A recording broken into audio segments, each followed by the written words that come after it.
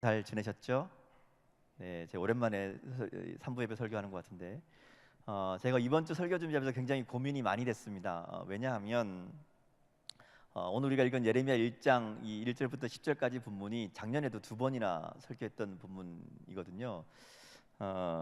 제가 이제 본문을 마음대로 정하는 게 아니라 성서 일과나 또 말씀 묵상에 따라서 본문을 이제 택해서 우리가 말씀을 같이 나누는데, 보니까 이제 작년에 두 번이나 설교를 했던 본문이라 굉장히 고민됐습니다. 물론 여러분이 일주일도 되기 전에 이 지난주에 있었던 일들을 다 잃어버리는 아주 경이로운 기억력을 가지고 계시기 때문에 그냥 비슷하게 할까 생각도 했었지만, 그래도 하나님께서도 새롭게 말씀하시는 이유가 있으실 것 같아서 굉장히 고민을 많이 했습니다. 그러다가 말씀을 준비하면서 이 예레미야를 부르시는 하나님의 음성, 하나님 예레미야에게 나타나셔서 예레미야에게 말씀하시는 그 하나님, 그걸 생각을 하다가 문득 하나님이 오늘도 우리들에게 오셔서 이렇게 부르고 계시지 않을까? 하나님이 예레미야를 부르셨듯이 우리들에게도 뭔가 계속 신호를 보내고 계신 게 아닐까라는 생각을 하게 되면서 제가 시그널이라는 생각이 들었어요. 신호를 보내고 계신다. 그래서 시그널을 인터넷에 막 찾았어요. 그랬더니 멋진 시가 하나 딱 거기 있더라고요. 시그널 치니까 제일 먼저 나오는 이 멋진 시가 하나 있습니다. 띄워주실래요? 같이 한번 볼까요? 이렇게 되어 있습니다. 사인을 보내, 시그널을 보내, 근데 전혀 안 통해. 눈빛을 보내, 눈치를 주네, 근데 못 알아듣네. 답답해서 미치겠다 정말. 왜 그런지 모르겠다 정말. 다시 한번 힘을 내서 사인을 보내, 시그널을 보내. 눈짓도 손짓도 어떤 표정도 소용이 없네. 하나도 안 통해. 눈치도 코치도 전혀 없나 봐. 더 이상 어떻게 내 마음을 표현해. 다 아시죠? 나는 몰랐어요. 사실은 몰랐는데 이게 제일 먼저 나오더라고요. 그래서 이렇게 보니까 이게 트와이스의 시그널이라는 노래죠. 근데 가사를 보니까 이게 딱 하나님 마음인 것 같아요. 아무리 불러도 못 알아듣고, 아무리 얘기해도 눈치 못 채고, 자꾸 얘기해도 그냥 지 맘대로 살고 있는 우리들의 모습이 생각나면서, 혹시 하나님이 지금 이런 마음으로 우리들에게 시그널을 보내고 계신 건 아닌가, 그런 생각이 들었어요. 사실 성경에 나오는 많은 그 부분들이 하나님의 부르심에 대한 얘기죠. 하나님이 보내시는 신호들, 하나님이 시그널을 보내고 그 시그널을 잡아서 눈치채서 그것을 알아듣고 그 하나님의 시그널에 반응한 사람들의 이야기가 바로 성경에 나오는 이야기잖아요. 하나님은 언제나 누군가를 불러서 하나님의 일을 진행하시죠.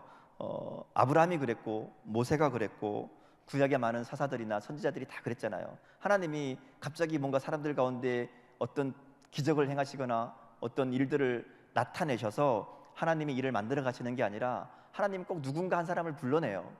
누군가 한 사람을 선택해서 그 사람에게 얘기하시고 그 사람을 통해 뭔가 하나님의 일들을 만들어 가시는 것이 하나님의 패턴이라는 거죠. 그리고 동일한 것은 이 그렇게 부르는 사람들, 하나님이 불러서 하나님의 뜻을 알려주시고 하나님의 일을 하게 만드시는 그 사람들을 보면 대부분 시원찮다는 거죠. 별로 뛰어난 사람들이 아니라는 거예요. 보통 사람들, 그냥 저와 여러분 같은 그런 사람들, 그런 사람들. 그리고 보면 항상 그 사람들은 이 선뜻 순종하지 않습니다. 왜냐하면요, 하나님 뭘 시키면 이런 마음이 드는 거죠. 하나님, 나 못하겠는데요. 이러고 시작해요. 무조건 들어보지도 않고, 하나님, 야, 나 잠깐 일로 와봐, 뭐 좀 하자. 그러면 아니요, 하나님 못해요. 뭔 일인지 얘기도 안 했는데 무조건 못해요. 이렇게 하거든요. 그런 걸 보면 대부분 능력 없는 사람들, 스스로 자존감이 낮은 사람들, 또 자기 힘으로 뭔가는 할 수 없다고 생각하는 사람들을 하나님이 부르시는 것 같다는 거죠. 오늘 이 본문에 나오는 예레미야도 마찬가지 상황입니다. 오늘 예레미야 1장에 보면 이 성장 배경을, 예레미야의 이 과거를 설명하는데, 베냐민 땅 아나돗의 제사장들 힐기야의 아들이라고 소개하죠. 아나돗이라는 것은 이 예루살렘에 좀 떨어진 조그만 동네인데요. 이 아나돗이 성경에 등장하는 그 내용을 보면 그런 거예요. 다윗 시대에 대제사장이었던 아비아달이라는 사람이 있습니다. 그러니까 대제사장이면 가장 높은 제사장이죠. 근데 이 대제사장이었던 아비아달이 이제 그 다윗이 죽고 솔로몬이 왕이 되면서 대제사장에서 쫓겨나요. 그러니까 말하자면 권력의 제일 중심에 있다가 왕권이 바뀌면서 이제 쫓겨간 거죠. 유배당합니다. 그 유배당해서 가는 곳이 아나돗이라는 곳이에요. 말하자면 이 권력의 정점에 있다가 이 정적으로부터 이 제거당한 이 사람이 추방당해서 쫓겨가서 간 곳이 아나돗이고, 그 쫓겨간 제사장의 후손으로 태어난 사람이 예레미야라는 거죠. 생각을 해보면 이 예레미야의 삶이 그다지 평탄하거나 유복하지는 않았을 거란 거죠. 왜냐하면 언제라도 저놈들이 반란을 일으킬 수 있으니까 예의주시하고 보고 있는 눈이 있었을 거란 거죠. 조금만 똑똑해 보이면, 조금만 특출해 보이면, 뭔가 잘하는 것처럼 보이면 싹을 잘라버릴 마음으로 보고 있는 사람들이 있는 그런 형편이죠. 그러니까 조용히 지내야죠. 혹시라도 눈에 띄지 않게, 혹시라도 뭔가 이 드러나지 않게 출세는 꿈도 못 꾸고 그냥 조용히 죽어 지내는 것이 미래도 없이 그냥 이대로 조용히 있다가 있는 듯 없는 듯 사라지는 게 어떻게 보면 예레미야의 운명이었다는 거죠.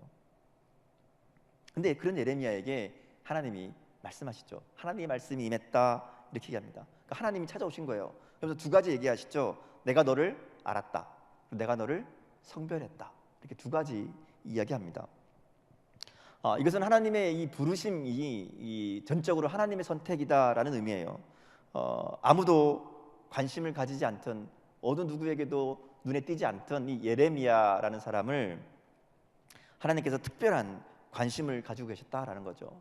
이 성경에서 안다라는 말은 우리가 그냥 지식적으로 아는 게 아니잖아요. 안다라는 말은 깊은 관계, 이 친밀한 관계를 의미합니다. 그러니까 굉장히 깊은 관심을 가지고 있다라는 의미라는 거죠. 그래서 이 하나님 뭐라고 하는가 하면 내가 너를 모태에 짓기 전에 알았다, 이렇게 얘기합니다. 모태에 짓기 전에, 이 말은 태어나기도 전에, 아니 이 말하자면 이 생물학적으로 수정이 되기도 전에라는 의미죠.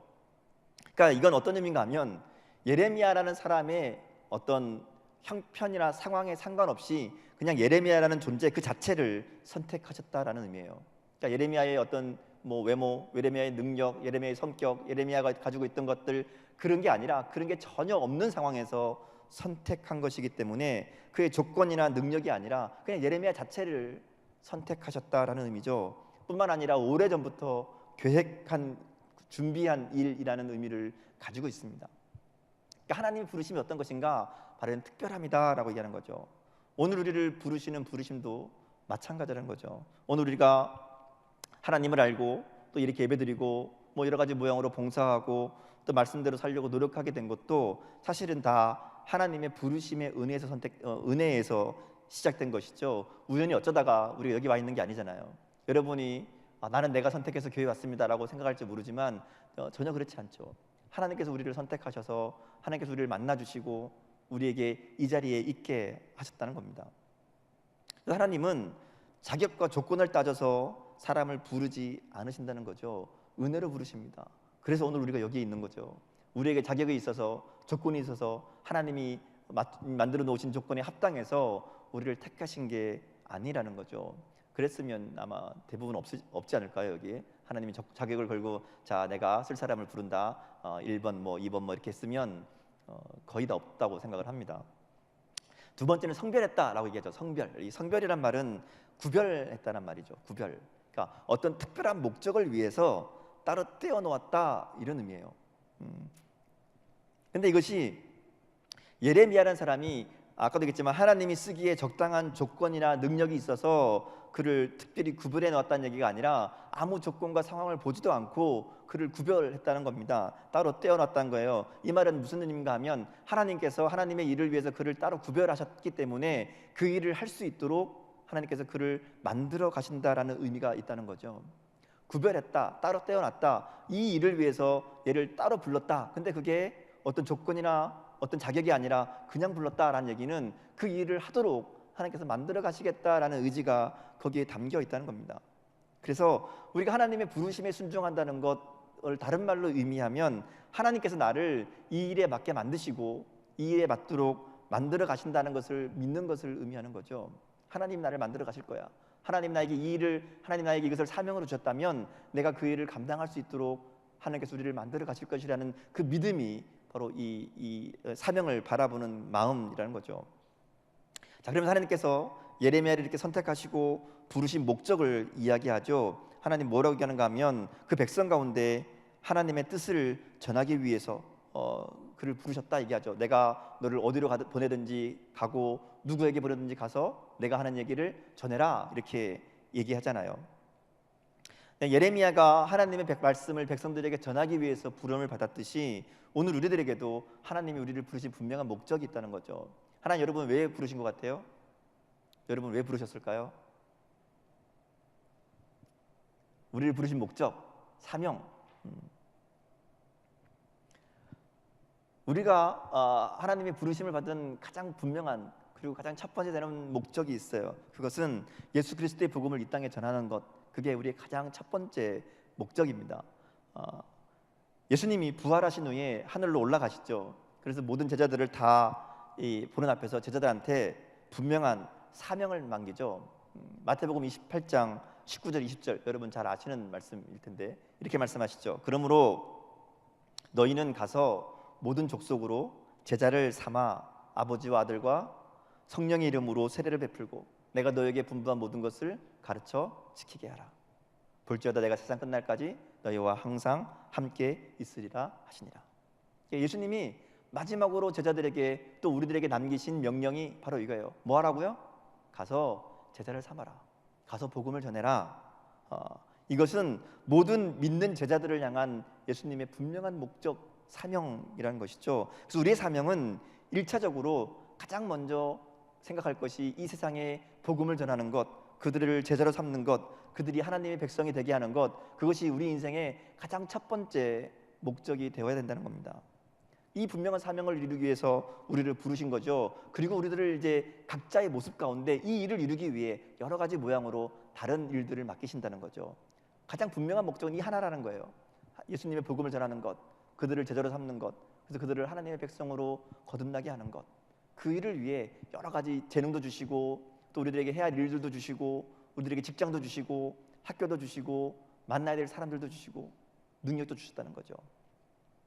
그래서 우리가 이 일을 위해 충성을 다해야 된다라는 겁니다. 그렇다고 아무나 붙잡고 전도해라 이런 의미가 아니죠. 우리의 삶을 통해 우리의 인격을 통해 이 세상 사람들에게 예수 그리스도를 전하는 그 사명이 예수님의 생명을 전하는 사명이 바로 우리들에게 있다는 겁니다. 그래서 우리가 오늘 하나님의 말씀대로 살아가는 그 모습을 통해 그들 가운데 복음이 뭔지 생명이 뭔지 하나님을 아는 것이 뭔지 하나님의 은혜로 사는 것이 뭔지를 보여주며 사는 것 그것이 바로 우리의 사명이라는 겁니다.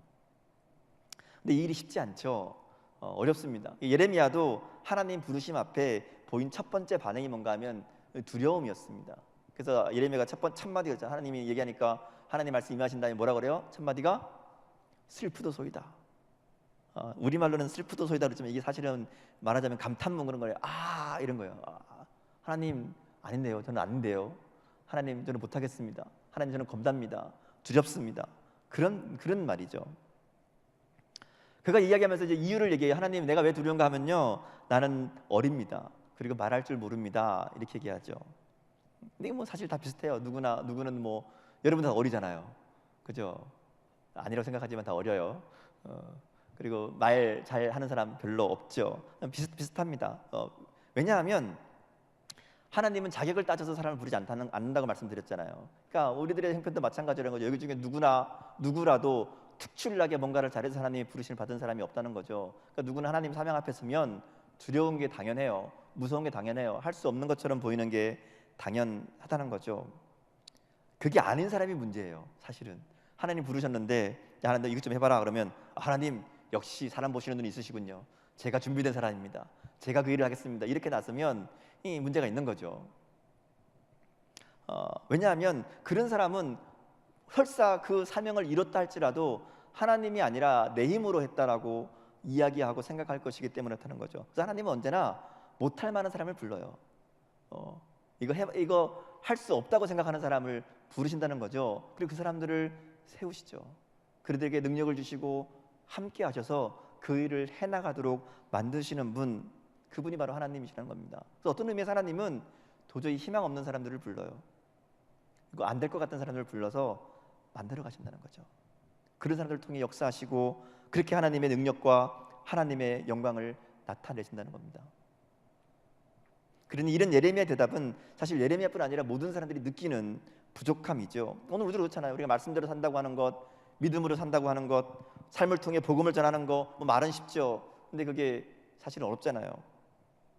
하나님 말씀대로 살려고 노력할 때마다 오히려 더 절망하게 되고요, 더 실망하게 되고, 우리의 결심이 얼마나 연약한지, 또 얼마나 쉽게 다른 것에 마음을 빼앗기는지, 아무리 단단히 결심을 해도 이게 얼마나 쉽게 또 흩어져지고 풀어지는지, 느슨해지는지 해보면 해볼수록 오히려 이 더 연약함과 자신의 부족함, 그리고 우리 안에 있는 죄를 발견하게 되는 게 사실 우리들의 솔직한 모습이라는 거죠.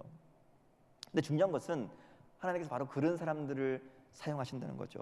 그런 사람들을 통해 일하시고 그들을 선택하시고 구별하시고 하나님의 사람으로 세워가신다는 거예요. 그렇게 일하시죠. 그래서 오늘 우리를 사용하셔서 하나님의 일들을 감당하신다는 거죠. 그게 우리에게 희망이 있는 거잖아요. 예레미야를 불러서 예레미야의 망설임과 예레미야의 거절에도 불구하고 그를 붙잡으시고 하나님의 일꾼으로 만들어 가시는 그 하나님의 손길, 그게 바로 오늘 우리를 향한 하나님의 손길이기도 하다는 거죠. 하나님은 우리를 선택하셨습니다. 그러기에 우리에게 힘을 주시고 우리를 하여금 사명을 감당할 수 있도록 함께 하시고 도우실 거죠. 우리가 말씀대로 살아가도록 능력과 은혜로 함께 하실 것이다 라는 겁니다. 중요한 것은 우리가 어떻게 반응하는가 하는 거예요. 하나님께 부르시는데 어떻게 할까? 하나님, 나는 못합니다, 안 됩니다, 그리고 그냥 포기해버릴 것인지, 안 되지만 하나님이 부르시니까, 하나님이 함께 한다고 하시니까 한번 해보겠습니다 하고 시작하는지, 그 선택이 우리 손에 달려있다는 거죠. 하나님을 신뢰하며 믿음으로 나갈지, 아니면 내 연약함을 바라보고 그냥 포기해버릴지, 그것이 우리의 선택이라는 겁니다. 여러분은 어떤 선택을 하고 있습니까? 아니, 하실 건가요? 하나님께서 이 걱정하고 두려워하고 있는 예레미야에게 두 가지를 더 얘기해 주시죠. 어떤 얘기 하시는가 하면, 누구에게든지 또 무엇을 명하든지 그대로 하라라고 말씀하시죠. 그러니까 가라는 곳으로 가서 하라는 대로 얘기해라, 이렇게 얘기합니다. 그러니까 이 얘기는 무슨 얘기인가 하면, 하나님이 우리들에게 결과를 묻지 않으신다는 거예요. 하나님이 원하시는 것은 그냥 말씀대로 전하는 겁니다. 가서 설득해서 그 사람들을 이해시켜서 그 사람들의 마음을 변화시켜라, 이런 얘기가 아니에요. 그냥 가서 전달해라 하는 거예요. 그러니까 우리에게 요구하는 게 뭔가 하면, 너 이 땅에 나가서 살아가면서 말씀대로 그냥 살아라. 네가 말씀대로 산다고 해서 그들이 변화되지 않는다고 해서, 그들에게 영향이 미쳐지지 않는다고 해서, 그들이 반응이 없다고 해서 실망하고 좌절하지 말라는 거죠. 그들이 어떻게 반응할까 걱정하지 말라는 거예요. 그냥 우리가 들은 대로, 우리가 아는 대로, 말씀하시는 대로 그냥 보여주라는 거죠. 그래서 이어지는 두 번째 당부를 보면, 두려워하지 말아라, 이렇게 얘기해요. 두려워하지 말아라. 하나님 왜 예레미야에게 두려워하지 말아라 했는가 하면 예레미야가 전하게 되는 내용 때문에요. 예전에 하나님께서 얘기했잖아요. 넌 가서 내가 하라는 대로 아무한테나 가서 얘기하면 그냥 전해, 그랬는데 그 전하는 내용이 뭔가, 이게 이제 문제죠. 전하는 내용이 뭔가 하면 이스라엘의 멸망입니다. 그들을 향한 심판이에요. 그러니까 이스라엘 왕한테 가서, 이스라엘 백성들에 가서, 야, 너희 망할 거야, 너희 다 죽을 거야, 하나님이 너희 다 죽는다 그랬어, 이런 얘기를 하라는 거죠. 그러니까 그런 메시지를 전하는 예레미야를 달가워할 리가 없습니다. 말씀대로 전하는 거 뭐 어렵잖아요. 가서 얘기하면 되잖아요. 근데 얘기하는 내용이 문제인 거예요. 얘기하는 내용이 가서 니네 다 죽었어, 이런 얘기를 하라는 건데, 이거 이제 처음에 한두 번이야 뭐 그럴 수도 있지, 애들이 무시하고 넘어갈 수도 있지만, 그 얘기를 계속 반복하니까 어떻게 해요? 듣기 싫죠. 그러니까 입을 막습니다. 그래도 또 하니까 어떻게 해요? 감옥에 가둡니다. 그래서 또 하니까 때리고 괴롭히죠. 자신들이 싫어하는 이야기를 하는데, 자신들이 심판과 멸망을 얘기하는데 좋아할 사람이 없잖아요. 그것도 계속 반복하니까 가두고 때리고 핍박합니다. 그러니까 예레미야는 말씀대로 그대로 전하는 것을 했는데, 그러다 보니까 예레미야의 삶이 말 그대로 고난의 삶이 되어버린 거죠. 다른 예언자들 같으면 말을 좀 바꾸겠죠. 왕이 듣고 싶은 얘기로, 백성들이 듣고 싶은 얘기 좀 섞어가면서, 그냥 멸망한다는 얘기가 아니라 조금 말을 바꿔서 사람들이 싫어할 만한 거 조금 빼고 그렇게 전하면 고생하지 않았을 텐데, 사실 그 당시에 그런 선지자들도 많았습니다. 하나님의 말씀을 전한다고 하면서 이스라엘 백성들에게 왕에게 가서 우리 멸망하지 않습니다. 하나님이 구원하실 겁니다. 하나님의 손이 우리를 지킬 겁니다. 이런 식으로 얘기하면 사람들이 다 즐거워하죠. 그 말을 듣고 맞아, 네 말이 맞아, 이렇게 얘기하죠. 근데 예레미야는 그렇지 않았다는 거예요. 하나님 말씀대로 그냥 그대로 전하다 보니까 그 삶이 괴로운 겁니다. 다른 사람들처럼 좀 빼기도 하고 조금 더하기도 하고 듣는 사람들 눈치 좀 봐가면서 내가 생각해서 요거는 빼고 요거는 좋은 얘기니까 요거는 하고 그렇게 했더라면 상황이 달라졌을지도 모르죠. 근데 그렇지 않습니다. 그런 사람들도 사실은 처음부터 그러려고 그러진 않았겠죠. 이야기를 하다 보니까 사람들이 싫어하잖아요. 그러니까 싫어하는 얘기 하지 말지 뭐, 좋은 게 좋은 건데 이러고 했겠죠. 그러다 보니까 사람들에게 좀 더 인정받고 싶어지고 좀 더 사람들이 좋아하는 것을 고르기 시작하니까 결국에는 하나님의 뜻과는 전혀 상관없는 이야기를 하는 예언자들이 되어버렸다는 거죠. 이걸 보면서 우리 형편이 생각이 났어요. 우리들의 삶, 말씀대로 사는 거 그냥 그대로 하면 될 것 같아요. 그죠? 안 될 것 같은가요? 하면 될 것 같아요. 근데 문제는 그렇게 말씀대로 사는 것을 사람들이 싫어한다는 거죠. 내 옆에 있는 사람들, 나와 함께하는 사람들, 혹은 직장의 동료들, 또 뭐 이웃들 이상하게 본다는 거죠. 너는 왜 이렇게 유별나냐? 너는 왜 꼭 그렇게 해야 되냐? 좀 적당히 타협하면서 우리 하는 대로, 사람들 하는 대로 그렇게 살면 되지. 너만 뭐 잘났다고 그렇게 정직을 지킨다고 그러고, 너만 뭐 그렇게 잘났다고 바르게 산다고 그렇게 유난을 떠느냐? 이렇게 반응한다는 거죠. 자신과 다르다고 싫어합니다. 노골적으로 비난하고 비아냥거리죠. 그럼 어떻게 해요? 여러분 어떻게 해요? 그래도 그냥 밀고 나가나요? 타협하죠. 조금 양보합니다. 그래? 그럼 내가 조금 양보할게. 그러다 보면 사람들이 싫어하니까, 이렇게 살면 나만 특이한 사람 되는 것 같으니까, 이렇게 행동하면 저들이 불편해하니까, 그러다 보면 어느새 우리들은 하나님의 뜻과는 전혀 상관없는 삶을 살게 된다는 거예요. 예레미야 시대의 거짓 예언자들이 그랬던 것처럼 우리들도 그렇게 살아가게 된다는 거죠. 말씀대로 사는 삶이 아니라 사람들의 눈치를 보며 살아가는 삶이 되어버리는 것이고요. 그 안에 하나님의 능력은 없다는 거죠. 하나님은 오늘 예레미야를 부르시는 모습을 통해서 오늘 우리들에게 바로 그렇게 말씀대로 살기를 원하신다는 거죠. 말씀대로 사는 것이 때로는 어리석어 보이고 때로는 미련해 보여도 때로는 사람들의 환영을 받지 못한다고 할지라도 하나님의 뜻을 그대로 보여주라고, 하나님의 말씀을 그대로 사람들에게 나타내라고 그렇게 우리를 부르셨다 말씀한다는 겁니다. 그래서 8절에 보면 하나님 그렇게 얘기하시죠. 너는 그들 때문에 두려워하지 말라. 너는 그들 때문에 두려워하지 말라, 이렇게 말씀합니다. 그리고 내가 너와 함께 하겠다, 내가 너를 구원하겠다, 이렇게 말씀해요. 하나님의 이 구원이란 것이 사실은 굉장히 어렵습니다. 왜냐하면 이 예레미야의 삶을 이제 우리가 1장만 봤지만 예레미야의 삶을 쭉 보면 예레미야의 삶 가운데 우리가 구원이라고 말할 만한 사건이 없어요. 말하자면 고난받을 때 하나님이 기적적으로 나타나셔서 이 고난 주는 핍박하는 놈들을 다 없애버리든지, 뭐 다니엘처럼 이 뭐 풀무에 막 불타는 풀무에 들어갔는데 하나님이 지켜주신다든지, 사자굴에 들어갔는데 하나님이 사자 입을 막아주신다든지, 이런 기적 같은 일들이 없다는 거죠. 그러니까 하나님이 말씀하시는 구원은 예레미야의 고난을 해결해 주는 게 아니라는 거예요. 예레미야의 삶을 보면 오히려 예레미야는 이런 핍박과 고난 가운데, 괴로움 가운데 오히려 처절하게 끝까지 그냥 말씀 전하는 거, 그거밖에 없어요. 근데 그것을 하나님이 구원이다라고 말씀하신다는 거죠. 이 말씀을 굉장히 곰곰이 생각해 봤습니다. 도대체 하나님께서 예레미야에게 함께 하겠다고 말씀하신, 내가 너를 구원하겠다고 말씀하신 그 약속이 뭘까?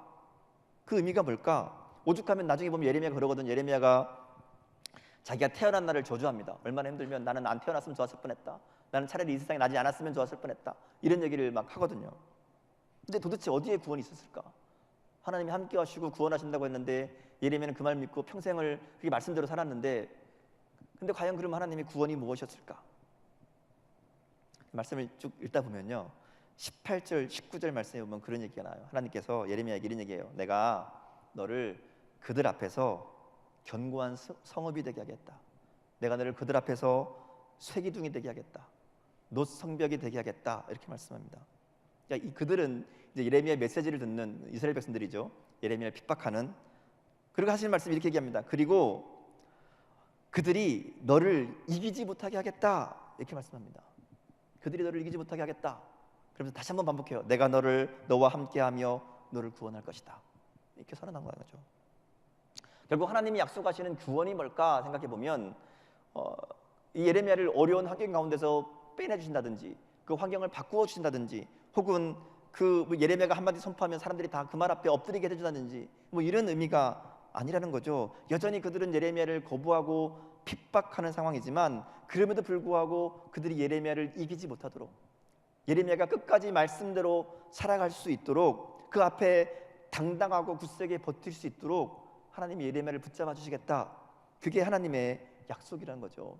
하나님의 말씀을 선포하며 살 수 있도록 그를 도우시겠다. 그런 의미라는 거죠. 우리를 생각해 보면 이런 것 같아요. 우리가 말씀대로 산다고 시작하면 사람들이 참 저 사람 멋지게 사네. 나도 저렇게 살아야지. 이렇게 나오면 굉장히 이상적인데요. 그렇지 않다는 거죠. 우리가 말씀대로 살기 시작한다고 해서 세상이 달라지지 않을 거라는 거예요. 우리 안에 말씀을 선포하며 산다고 해서 그들의 반응이 나타나지 않을 거라는 거죠. 여전히 그들은 차갑고 우리의 노력은 헛되게 보일 수도 있다는 겁니다. 근데 하나님이 뭐라고 하시는가 하면 그럴지라도 내가 너와 함께 하겠다. 네가 그런 가운데 끝까지 말씀을 지키며 살 수 있도록 내가 너에게 용기를 주겠다. 너를 붙잡아 주겠다. 우리가 포기하지 않도록 실망하지 않도록 끝까지 하나님 말씀 앞에서 살 수 있도록 내가 너를 도울 거야. 저놈들이 너를 이기지 못하도록 내가 만들어 줄게. 그 약속이라는 거죠. 그것이 하나님 말씀하시는 구원이라는 겁니다. 어쩌면 하나님이 부르신 그 부르심의 자리는 결코 쉬운 자리가 아니죠. 편안한 자리가 아닙니다. 하나님께서 분명히 우리를 그 자리로 그 사람들 사이로 보내셨다는 거죠. 하나님께서 우리의 연약함에도 불구하고 우리를 선택하셨고 우리의 자격 없음, 우리의 조건 없음, 우리의 이 부족한 모습에도 불구하고 하나님의 분명한 계획과 섭리를 가지고 우리를 부르셨다는 거예요. 그리고 우리를 지금 우리가 있는 그 자리로 보내셨다는 겁니다. 그러면서 우리에게 계속해서 지금도 시그널을 보내고 계시죠. 내가 너와 함께 하겠다. 내가 너를 구원하겠다. 그러니 사람들 앞에 두려워하지 말아라. 네가 말씀대로 사는 거 그거 겁내지 말아라. 사람들이 싫어하고 사람들이 비난하고 사람들이 조롱해도 걱정하지 말아라. 그들을 두려워하지 말아라. 내가 너와 함께하고 네가 끝까지 그렇게 말씀대로 살아갈 수 있도록 너를 지켜주겠다.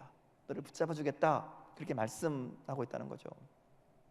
하나님 우리에게 뭔가 큰 일을 뭔가 위대한 일을 이루기를 원하시는 게 아니죠. 물론 그런 일이라면 좋죠. 내가 말씀대로 사니까 막 사람들이 변해요. 막 사람들이 예수님을 알게 돼요. 좋아요. 근데 하나님 그거를 원하시는 게 아니라는 거예요. 우리에게 원하시는 것은 성과가 아니라 결과가 아니라 그냥 순종이라는 거죠. 예레미야가 말씀하신 것처럼 그냥 말씀대로 그대로 전하는 거, 그냥 말씀대로 그대로 사는 거. 그러면 하나님께서 결과는 책임지신다는 거죠. 하나님이 어차피 능력 없는 우리를 부르셨잖아요. 하나님이 결과에 관심이 있으신 분이라면 능력 있는 사람들 부르셨겠죠. 할 수 있는 사람들 불렀을 거예요. 그래서 실적을 내라 그랬겠죠. 나는 그게 아니라는 거예요. 하나님은 처음부터 결과에 관심 있는 게 아니에요. 우리에게 관심이 있는 거죠. 그래서 우리를 부르셨잖아요. 능력 없는 거, 안 되는 거 알고 부르셨잖아요.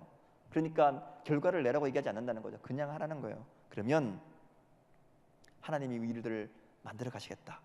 그 다음에 예레미야에게 무슨 얘기하는가 하면 내가 이 나라들을 뽑고 무너뜨리고 다시 세우는 일에 너를 사용하겠다. 이렇게 말씀하시잖아요. 우리가 그렇게 하나님께 순종하며 나가면 하나님께서 이 땅 가운데 하나님의 나라를 세워나가는 그 새로운 일에 우리를 사용하실 거라는 거죠. 그러니 여러분, 우리 한번 그렇게 해보면 어떨까요? 자신 없지만 사실 솔직히 해낼 수 있는 그런 자신은 없지만 그냥 말씀대로 살아보는 거죠. 두려운 일이지만 미련해 보이지만 하나님이 그걸 위해 나를 부르셨다고 말씀하시니까 그냥 해보는 거예요. 하나님 해보겠습니다. 안 되면 하나님이 다시 또 힘을 주세요. 하나님 도와주세요. 나와 함께 하겠다고 약속하셨으니 우리를 그 일을 위해 부르시고 우리를 위해 구별하셨으니 하나님께서 말씀하시는 대로 제가 한번 해보겠습니다. 말씀대로 사랑하고 말씀대로 용서하고 말씀대로 섬기고 말씀대로 전하고 그렇게 한번 살아보겠습니다. 하나님 약속대로 우리와 함께 하시며 하나님의 구원을 우리에게 허락하여 주옵소서. 그 우리의 삶을 통해 하나님의 귀한 일들을 감당하는 그 하나님의 역사를 경험하는 하나님 은혜를 허락하여 주옵소서. 우리가 함께 결단하며 그렇게 나갔으면 좋겠습니다. 우리 함께 이 시간 함께 기도할까요? 말씀을 생각하시면서 같이 한번 기도했으면 좋겠습니다. 하나님께서 나를 부르셨는데 지금 나의 연약한 모습, 이 부족한 모습에도 불구하고 나를 부르셔서 하나님 귀한 사명을 주셨는데 하나님, 내가 그 일을 감당하기 원합니다. 나의 연약함에도 불구하고 나의 부족함에도 불구하고 나를 부르신 그 하나님의 그 사랑, 그 은혜 의지에서 하나님, 내가 담대히 나가기 원합니다. 두렵지만 또 무섭지만 하나님 말씀대로 한번 살아보겠습니다. 하나님 뜻대로 한번 살기 원합니다. 우리 삶을 붙잡아 주옵소서. 함께 결단하며 같이 기도하시겠습니다.